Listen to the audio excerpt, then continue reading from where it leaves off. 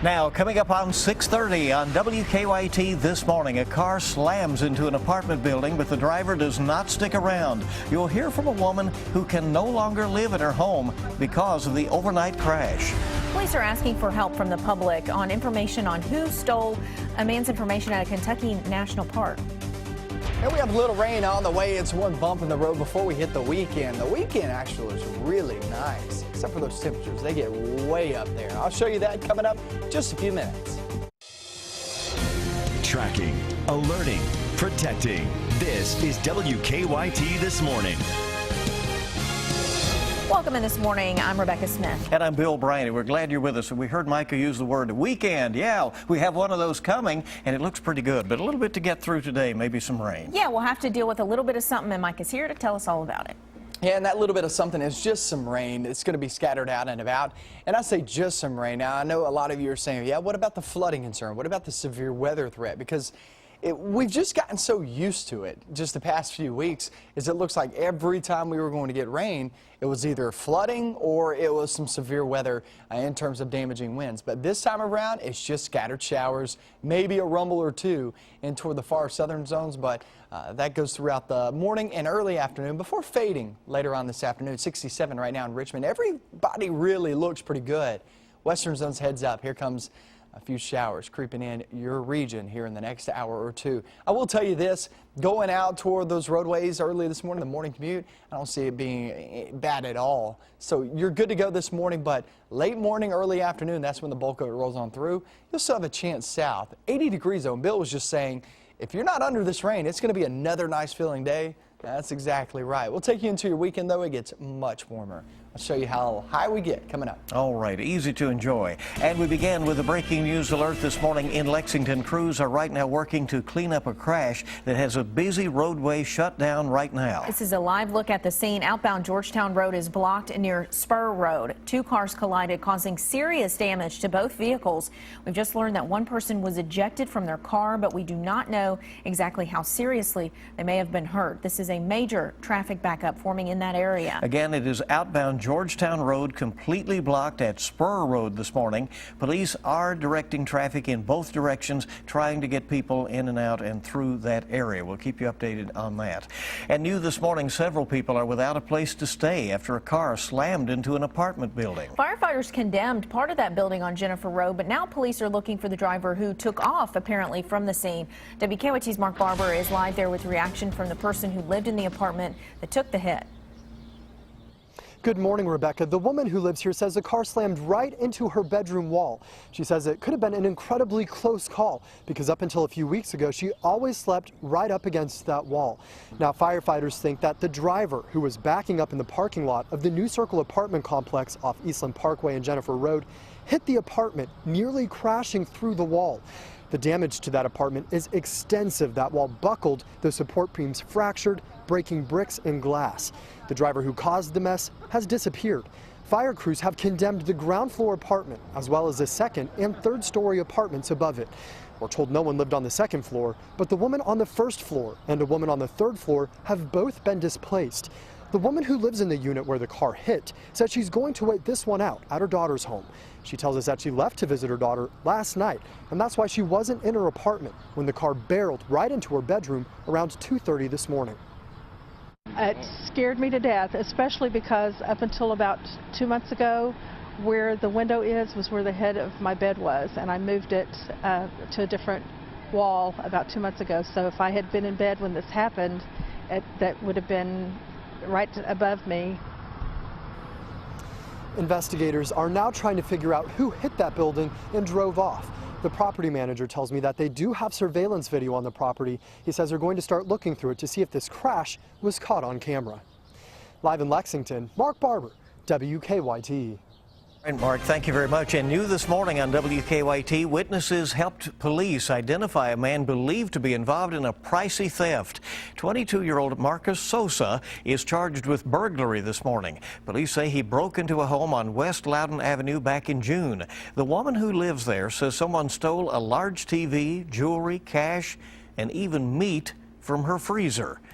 Witnesses say Sosa's roommate as well, and a woman who police say helped with the crime, all gave detectives some information that has led to Sosa's arrest. He was already in the Scott County Detention Center in Lexington when Lexington police charged him.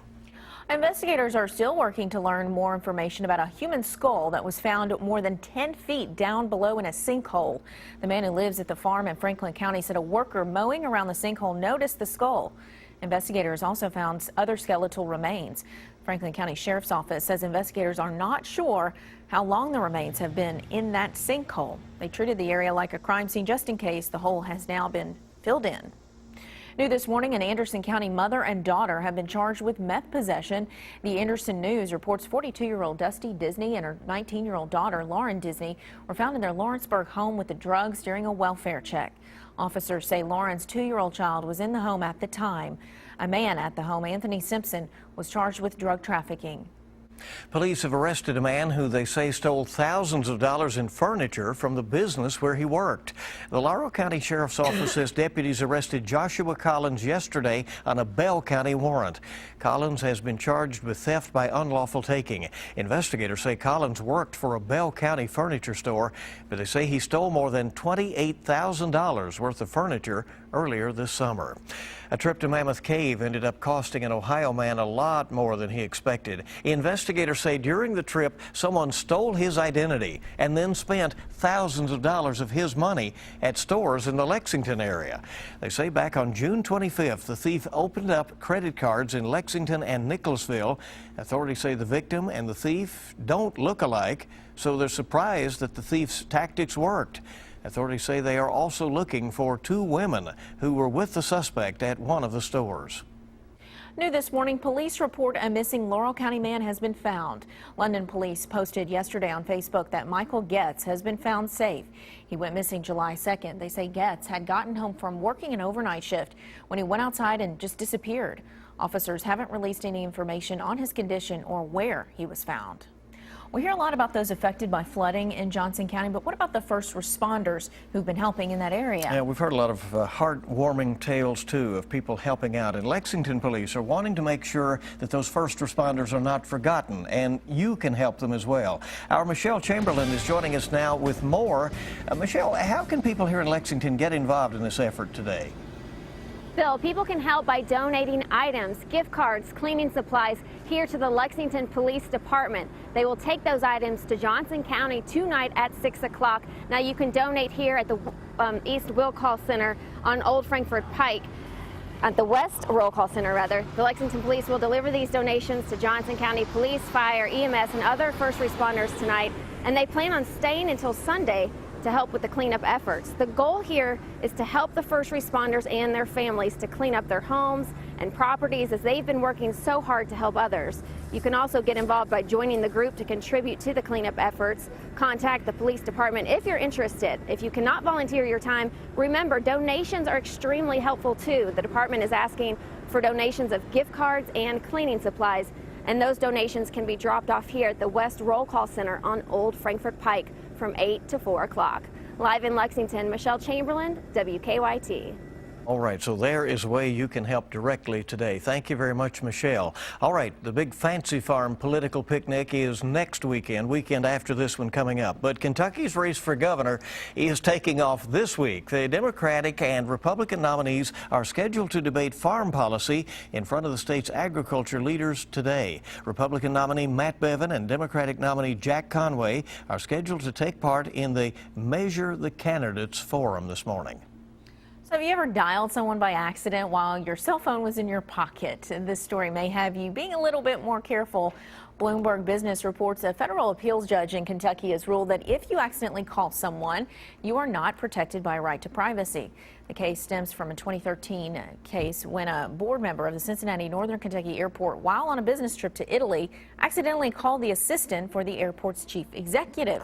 He didn't realize the phone had dialed, and the assistant recorded a conversation he was having with another board member next to him about firing the chief executive. The board member sued the assistant, claiming she violated a federal wiretap act. But the appeals judge ruled she did nothing illegal. So just keep that in mind. But would you device. listen, though, if you got one of those calls? You know, It's kind of one of those things like where you can't look away, like you can't stop listening. right. But It's kind of hard, isn't it? it is. I know that from Yep. personal experience. All right. A downtown Lexington music spot will open its doors again. A group of businessmen from Pikeville bought Buster's Billiards and back room for more than $1 million. And according to our partners at the Herald Leader, the former business was originally on Main Street, but it relocated back in 2009 because of the Centerpoint project. Well, Buster's then closed in December of last year after struggling financially. The business is expected to open within the next few months. Our time this morning is 6:40, 20 before 7 on WKYT. Let's get a check right now of traffic to see what is happening out there. We obviously have this issue that we have a live picture of right now from one of our photographers, a traffic backup situation going on at Georgetown and Spur. Lexington police have been directing traffic in that area. It does appear that you can slowly get through there because they have reopened Georgetown Road at Spur in Lexington. Again, a two-car crash had caused investigators to shut down the road, but again, they have reopened it in the last few minutes, but obviously police units remain on scene to be sure things are all cleared up. And we have a lot more news coming up on WKYT on your Thursday, rolling toward the weekend. Many people are willing to show their dogs some affection, but one researcher is attempting to prove how good that affection may be for the owner's health. More on this interesting study after the weather. Yeah, speaking of weather, here comes some of that rain. But is this going to be a really, really heavy rainfall, or is it just going to be some passing showers here and there? I'll get into that, and then after that, it looks really good. That's coming up in just a few minutes.